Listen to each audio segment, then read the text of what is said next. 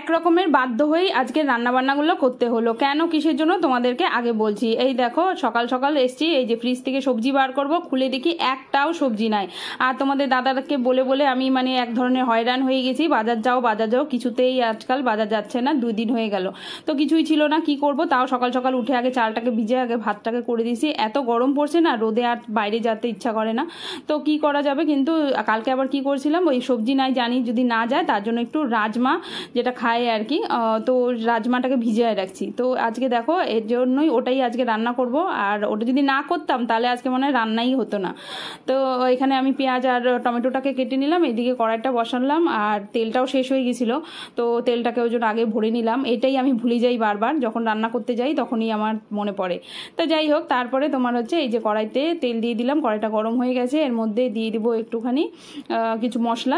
তার আগে দেখি জলটা ফুটে গেছে, তার জন্য চালটা দিয়ে দিলাম, ধুয়েই রাখছিলাম। যাই হোক, তারপরে এই যে গরমে এত ভাল লাগে না, একদম গরমে রান্নাঘরে থাকতেই ইচ্ছা করে না, এই জন্য সকাল সকাল রান্নাটা করে নিলে মানে শান্তি আর কি।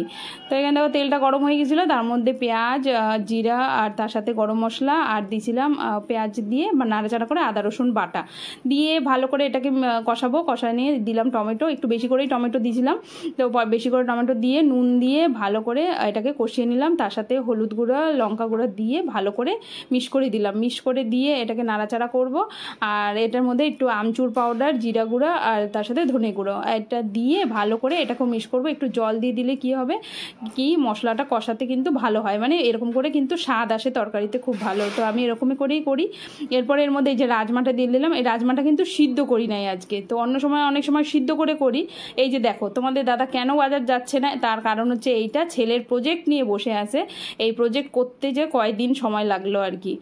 যাই হোক, তারপরে রান্নাটা মোটামুটি হয়ে আসছে ওইদিকে। আমি ভাবলাম যে যাই, আর এই মানে তোমাদের দাদার ভরসায় থাকলে হবে না, আমি যাই একটু বাজারে, না গেলে পরে আর কিন্তু রান্নাবান্নাই বন্ধ হয়ে যাবে। তারপরে এত রোদ বাইরে, যেমন তেমন করে এই যে বাজার থেকে সবজি টবজি নিয়ে এসে এখন বাজে বেলা প্রায় 12টা তো বেজেই গেছে। যাই হোক, তারপরে এটাকে নিয়ে আসলাম সকালবেলা, মানে এই যে গিয়ে এখনই তো এটা রাখলাম ব্যাগটা। তারপরে কি করব, এই যে করছিলাম আর কি, এটা হচ্ছে রায়তা দই দিয়ে। খাওয়ার দাওয়ার কি আজকে রান্নার কিছুই ছিল না সবজি, যার জন্য দই দিয়ে একটু রায়তার মতন করছিলাম, পেঁয়াজ দিয়ে, আর তার মধ্যে দিয়েছিলাম শশা কুচি দিয়ে ভালো করে করছিলাম। তার সাথে এই যে রাজমা, ছেলে চলে আসছে, দুপুরবেলা হয়ে গেছে, আর এখানে এই যে ওর জন্য খাবার বের করছি। ও আবার রাজমাটা খেতে একটু বেশিই পছন্দ করে, তো যাই হোক, ওর আজকে খাওয়ার কোনো অসুবিধা হবে না, ও খুশি খুশি খেয়ে নেবে একদিকে ভালো আর কি ওর জন্য।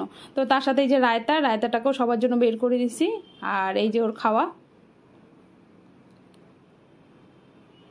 তো দেখছো হাওয়া মুখের একদম হাসি ফুটছে খাওয়াটা দেখেই, তো খাওয়াটা দেখে আমি জানতাম ওর ভালোই লাগবে। তো এইখানে ঠাকুমা আর নাতি দুজনকেই দিয়ে দিছি। ওই যে বাজারে গেছিলাম বলে একটু দেরি হয়ে গেছিলো, তারপরে আমি এই যে নিজেও বসে গেছি খেতে।